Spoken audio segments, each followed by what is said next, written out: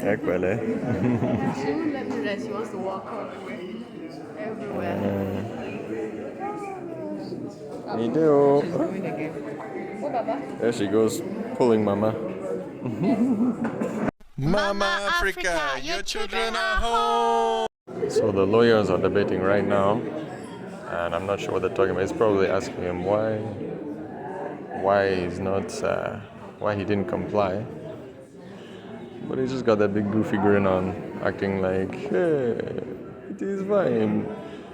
But thankfully, our lawyer is, he's pushing him. That's before we actually go to the clerk. So we're just waiting to go into the clerk to talk and to see if we've gotten our documents in. They have not, so they have to give a really good reason why. Níbo ló wá ń lọ báyìí? Níbo ló ń lọ? Video. Níbo ló ń lọ? Hello, beautiful people of the world. Welcome back to Familia Pablanu. I am the one and only Anu. Y yo soy Pablo, solamente Pablo. So we went to a preliminary court case was today, and yeah, what did we find? It was discouraging, to say the least. Yeah. So I was so happy on the good note of at least finally we're going to court today. I'm like, next step. Yeah, at least we are stopped waiting. Like there's this thing happening. It's happening. Then we got there. We met with the counsel, our lawyer, and they're like, okay, we have to wait until they call our name, and they call us. And we went there. We looked around. We saw the lawyer guy of the other client, that guy, and we didn't see him. He was not there. He was not there last time too when we went there and to submit our documents. You mean Musao? Musao, yeah. He was not there. And then they called us in. Well, before they called us in, they were talking. Our lawyer with that guy's lawyer. This dude with the belly. How did you describe it? Always condescending, talking down to people. Always like, no, you see, it has to be like, you don't understand. You're just foreigners. You don't get it. This is how we work in Uganda. Like that kind of guy. Big belly. Yeah. So. Yeah. So we went in. Yeah. And, I'm just discouraged. Yeah, I mean, it was, because we were told by our lawyers that, this is the date. Not the hearing date, because we thought it was a hearing date at first, and they said no, it's not the hearing date, it's a preliminary hearing date where we, like, both sides give all the documents, all the witness statements, everything, right? And at first, when we last went there to the registrar, whatever, the clerk, he was like, okay, what date can you give all these documents to us? January? And the other lawyer that was there was like, no, maybe February. And then like, oh no, I have something doing in February. Let's say March. So we waited till now. They gave all the documents in December. There were a deadline to present all the documents, but to present ourselves and our case by March. So which we did. Right. Today is when they saw. Yeah, they said, okay, where is the plaintiffs? This. Well, no. No, how it works is like our side, because we're the ones that are the plaintiffs. We're the ones suing. So we presented all of our documentation to the court. It gets stamped, sent back to us. Then we serve those to the defendant, who's the Musao and his group, and then. All right, and then they send the counter. Right. Then they do theirs, their witness statements and all that kind of stuff. And then send it all together as like a joint package to the judge, basically the clerk. So that's what was supposed to be in, but they didn't do their side. They didn't even do it. Nope. And they were like, oh, okay. Well, they're supposed to do it. I'm like... They're supposed to give a good reason why they didn't. Right. They said, oh, we've been frustrated. I'm like, we're the frustrated ones. And we're like... I said, it's the case has been frustrated. And they were trying to say it's by us. I'm like, no, we didn't do anything. They failed to comply. They broke the agreement, Because basically the issue at hand is that, we paid them with an agreement saying that they were going to settle these squatters that were on their land. They had agreed with the squatters already before they met us. Yeah. They had written an agreement saying that they were going to give them titles of like certain parcels each, and then they would have their own land, and they would withdraw from the rest of the land from farming, and they would just stay in their own plots. Yeah. So those people are like, okay, we're waiting for those titles. In the meantime, we'll keep farming whatever we want. So we show up and they're like, hey, this is fine, we'll be neighbors. Yeah. But give us our titles. And then Musa was like, oh, okay. So we paid. So we paid the part 50%. payment. Yeah. And then he's supposed to use that money to get the title out ASAP. That was the first thing he's supposed to do for them, and then work on our title as well. But somewhere along the way, he used the money to pay debt or whatever. I think it is. was immediately. Yeah. He used all of the money. So he didn't do it. And these people are like, what is the title you promised us? We had an agreement. What happened? And we were waiting Yeah. for our title too. We're like, okay, settle those people, because they promised, oh yeah, like 2 weeks, we'll have it settled. You don't even need to write that time period in the agreement. It'll be so fast, it'll be done. We're already in the works getting titles for them. Yeah. Lies. Yeah, All it lies. didn't happen at all. They were just lazy. It's not, I don't think they were like intentionally fraudulent, but they were just lazy and preoccupied with business debts or whatever. And their didn't tell us laziness any of or this either. whatnot, yeah, caused us all of this time wasted. I mean, I told them in there, like, the baby you see almost walking out was in my belly pregnant when we started this case, and she's walking out. She's almost 1 year old.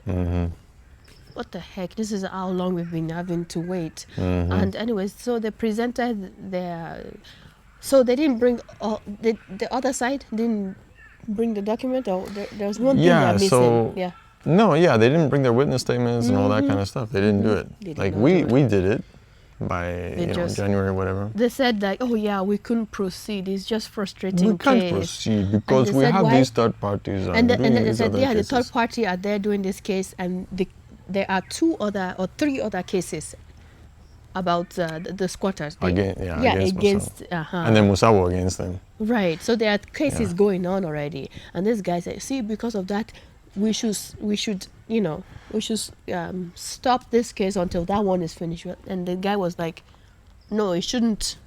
Even the clerk is like, listen, I know about these cases, and these are not connected in that way. Like, you sold this land to these people, and now they're asking for the money back and stuff like that. So it's pretty clear cut. Like, that's separate from these things. So to break down what happened and what they're trying to argue, if we go back to the beginning, right, they were supposed to settle these people.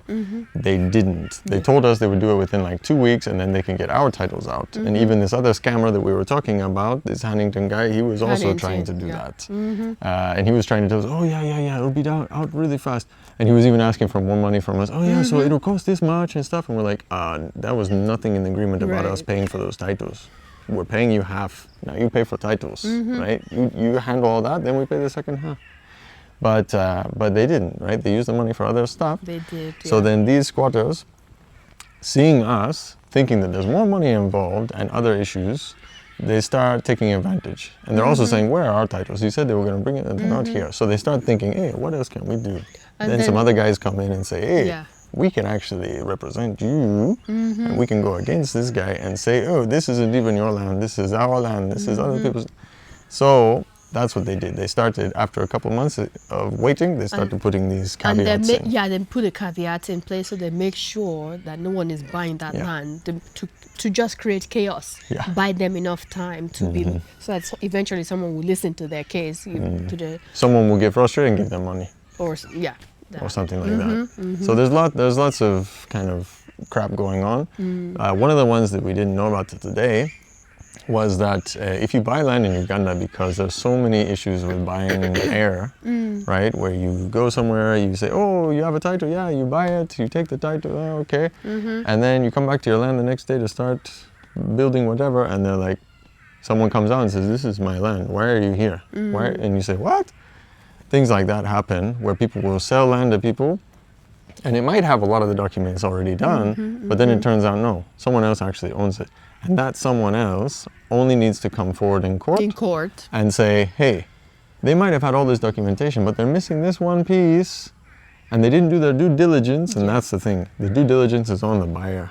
So it's on them to make sure that they're buying the right thing. If they have one thing off, then that original owner can just say, you're not taking this from me, which is good, right? It's protecting those who own land, right? Landowners is protecting them. But makes it so freaking difficult if you try to buy land around here. Apparently, they're also trying to do that to this Musawo right now. Yeah. Because he's been so lazy, so they're coming after him, trying to say, hey, did he buy this land properly? Let's go through all the documentation and see if there's anything. And those are the very people who sold it to him, which means maybe they know something. So that could be a problem for us because that's where his money is. He spent all of his money. So his money is in his assets. Yeah, and we were the reason, well, one of the reasons we put him into court is that at least maybe if they liquidate his assets, they will give us our refund because he doesn't have the refund. We asked him for a refund. He doesn't have it. So if they liquidate and give us our refund plus damages, we're good to go.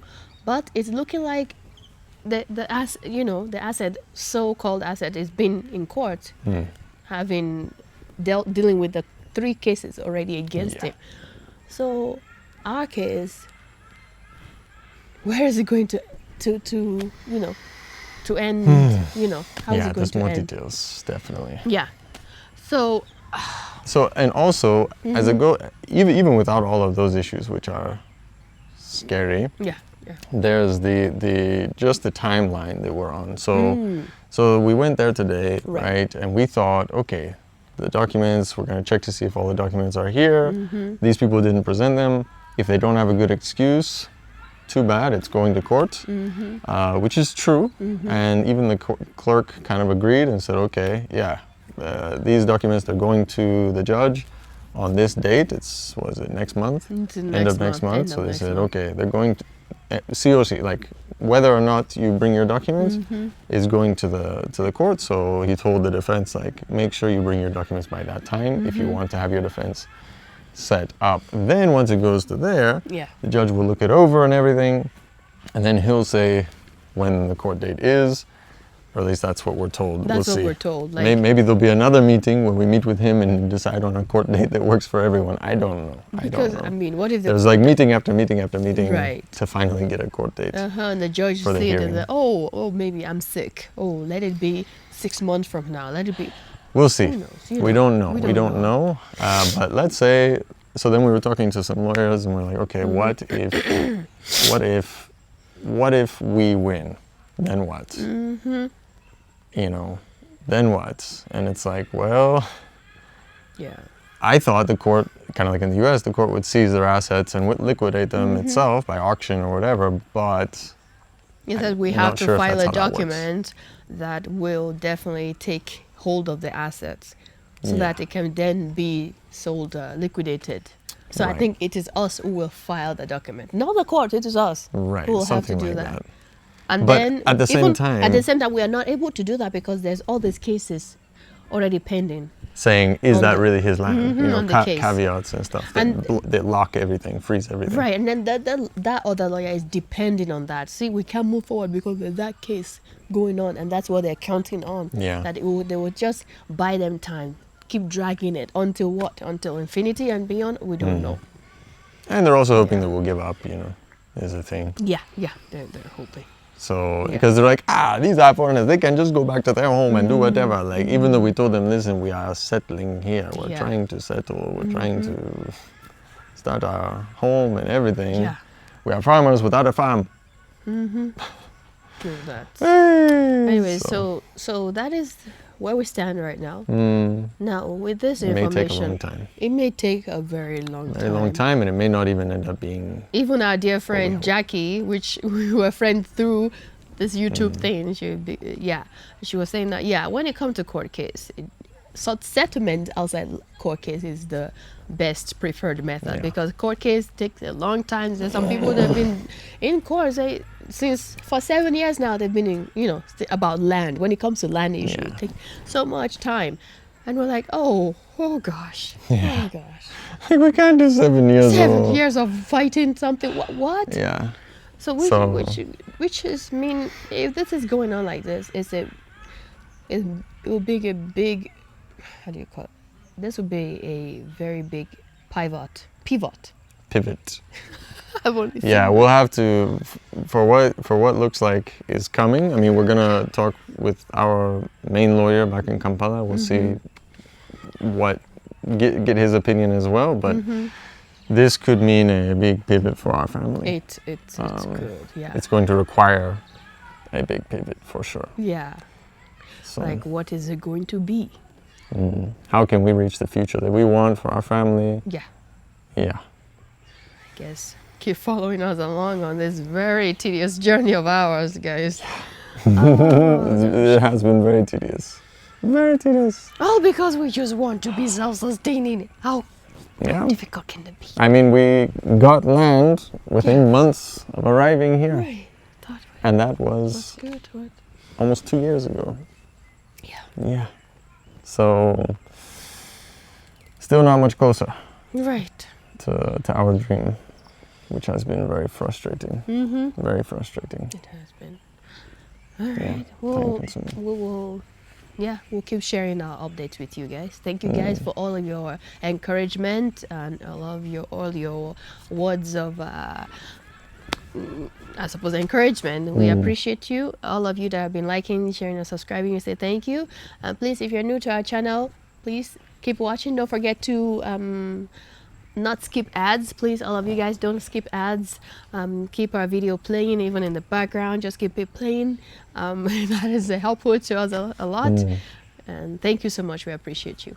Yeah. Yes, thank you very much, and I hope you can have us as a part of your decor. Just playing in the background, just having us going. But yeah, and I wanted to add also, if you're ever interested in buying land or anything anywhere in Africa, there's two very important parts that you want to have. One is what our dear friend Jackie said about arbitration. Versus is the mediation. Arbitration and mediation. So putting that in the actual agreement that you write up, ideally with your lawyers and the seller and their lawyers. Yeah. I mean, we didn't do that, but I don't know if it was going to help us anyway, because we did say, okay, now it's time to refund. We gave the option for refund, but the guy was like, I don't have the money, because he spent it right away. So I don't in our case, it may not have helped for sure. Right, but it could have helped if it's an important step to put in an agreement. So and arbitration is cheaper because then you have in there a requirement that yes, if this goes past a certain date, it has to go to arbitration, and that is an actual third party, an arbitrator that will come in and work sort of like a lawyer, I suppose, to work between you and actually come to an agreement that satisfies both parties, basically. And it's saying that to do that instead of going with a lawyer. He said because lawyer is expensive. Say arbitration. To have it in your documents, in your agreements. Yeah. So I suppose we're learning. We live and we learn, right? Yeah. Anyways. Yeah. And the other thing to always have in your agreement is have a date of when something will be complete. So for example, in our case, there was some of those squatters like, okay, they need to be done by, dealt with by this time, and they promised us, it's 2 weeks, it will be done in 2 weeks. Because our lawyers were gonna put a time period in there and say like 1 month, But they were like, we don't even need a month. 2 weeks, it's already going through. And that Huntington guy has a lot to do with it. There are some good talkers. They even talked our lawyers into it. They're good lawyers. They're pretty. If someone is trying to talk you into, don't worry, don't put dates. It will be done in like 1 week. Take our word for it. Say, okay, I take your word for it, but I'll still put it down and we'll sign on it. It's an agreement. Even putting okay, we will be given possession of the land by this point, or we will be given a title by this date. Make sure you have that in an agreement before you give any money over. Make sure you have those dates, because that is what would have allowed us to immediately go to court and say, hey, this is what's going on. But as it was, we had to wait, be patient until it's like, okay, this is way too long. This is like past 6 months. This is too long. So that's what gave us the clout. Thank you for watching. Well, we'll see you in our next vlog, but until next time. Bye. Ciao. Adios. On a positive note, guys, our dear baby, our little Mide, is now trying to walk. She's trying to run even. Yeah, she's almost one. She's be dancing, standing, this walking. Oh my gosh. How time flies, huh? But she doesn't have teeth yet. Not yet. Elena was like that too, my first child. She didn't have teeth until 15 months. Remember, we call her toothless, just smiling without any teeth. But when they start coming, they came almost at once. when they all start coming. But yeah, but she's doing very well. She's growing, eating well. Strong as heck. Yeah. Very strong, baby. She can hold on to a, what do you call it? She can do pull-ups, basically. She can do pull-ups, basically, by herself. She can hang. Without you holding her. She can hang on both her arms, too. Yeah. What else? She's, well, I think her and Mide. No, her and Raphael, our two blonde baby.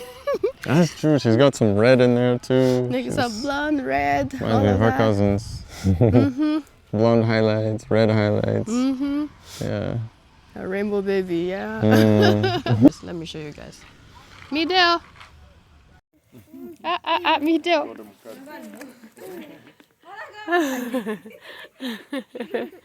Hi. Checking demo. Aha. Ni bolola bay. Ni bolola opala ba moy. Oh, sorry. Midel. Oh, she's standing. Jẹ́nwẹ́. Oh no, ó ti jábọ́. Ẹ máa bọ̀ lọ́dọ̀ mi. Máa bọ̀ ń bí báyìí. Mídé. Ẹ máa bọ̀.